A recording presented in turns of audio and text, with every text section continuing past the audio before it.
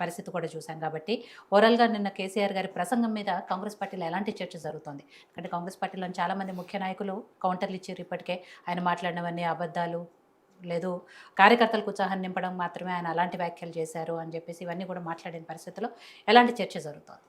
అంటే నిన్నటి సభ గురించి మనం మాట్లాడుకోవాలండి. నిన్నటి సభ అనేది ఒక పర్సనల్ మీటింగ్ కోసం పెట్టుకున్నట్లు ఒక సభ పెట్టుకున్నాం. ఇప్పుడు 20 సంవత్సరాల వార్షికోత్సవం మేము చేసుకుంటున్నాము అంటే 20 సంవత్సరాల టీఆర్ఎస్ పార్టీ పుట్టినప్పటి నుంచి ఇప్పటి వరకు ఏమేమి చేసింది, ఎట్లా అయింది, ఏం కథ, ఏం లక్షణము, ఎవరెవరు పార్టీకి పనిచేసిండ్రు, ఉద్యమం ఏంది, ఉద్యమ పునాదులు ఏంది, ఉద్యమ పునాదులు ఎవరి పునాదుల మీదకి వెళ్ళి మనం నడుచుకుంటూ వచ్చి మనం ఈరోజు అధికారం అనుభవించడం 10 ఏళ్ళు.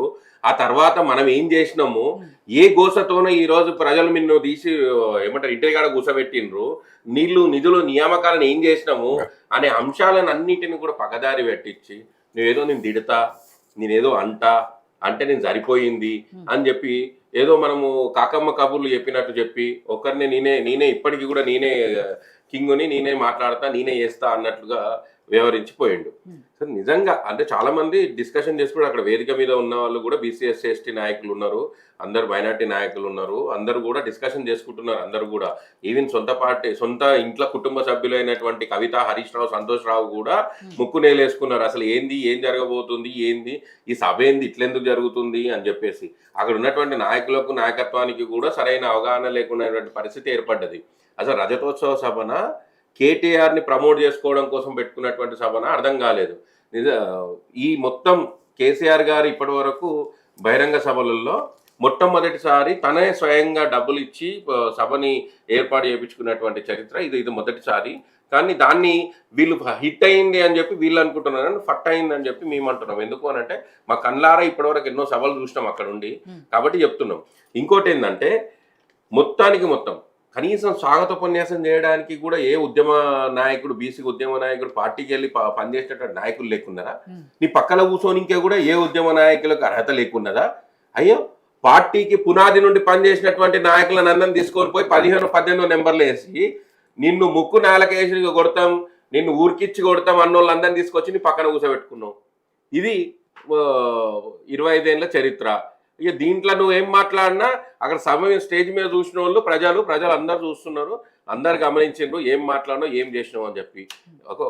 మనకు హుందాతనాన్ని మనం పోగొట్టుకోకుండా మనం నిరూపించుకోవాలి. కేసీఆర్ గారు ఏం చేసిండ్రు, నిన్ను మెచ్చి ఈరోజు ఈ ప్రాంతంలో నీకు ఒక 2 సార్లు అధికారం ఇచ్చారు ప్రజలకు నువ్వేం చేయబోతున్నావు, ఈ ప్రభుత్వంలో నీకు ఏమన్నా కావాలి అన్నప్పుడు ఏంది ఆ ప్రజలు పడుతున్నటువంటి గోస చెప్పాలి. కానీ ప్రజలకు ఏం చేయలేదండి ఈరోజు కాంగ్రెస్ ప్రభుత్వం వచ్చిన 14 నెలల్లో మనకు కావాల్సినటువంటి పేద ప్రజలకు కావాల్సినటువంటి సంక్షేమ పథకాలు అన్నింటినీ కూడా తీసుకొచ్చినాం.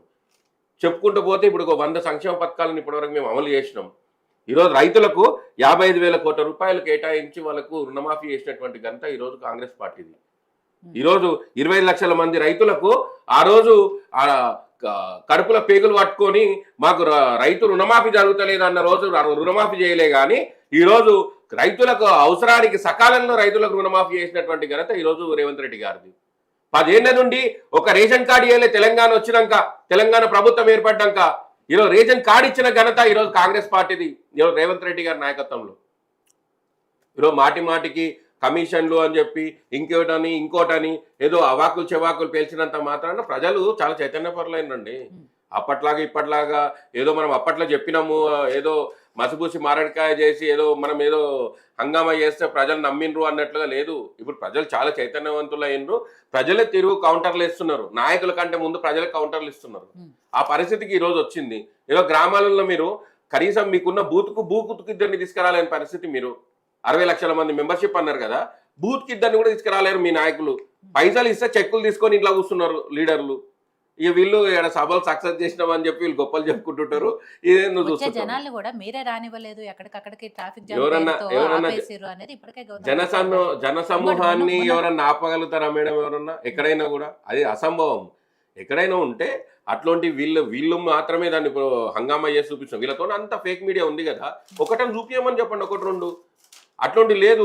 ఏదో ట్రాఫిక్ జామ్ల వల్ల పోలీసులు ఎక్కడైనా ఉండి శాంతి భద్రతలకు విఘాతం కలగకుండా, కానీ ట్రాఫిక్ విఘాతం కలగకుండా ఎక్కడైనా ఏమైనా తీసుకునే నిర్ణయాలను ఉంటే అవి చూస్తుంటారు. హరీష్ రావు గారు దగ్గరుండి వెహికల్స్ పంపిస్తున్నది వీడియోలు ఉన్నాయి. వీళ్ళ ఎవరు ప్రవీణ్ కుమార్ గారు దగ్గర నుండి వెహికల్స్ పంపిస్తున్నటువంటి వీడియోలు ఉన్నాయి. ఎక్కడ ఆపినండి?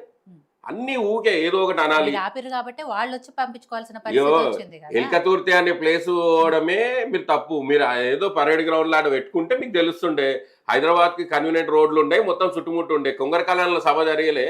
కొంగరకాలంలో సభ జరిగినప్పుడు ఎట్లా వచ్చింది, ఏ రోడ్లకి వెళ్ళి వచ్చినాయి అని తెలియదా?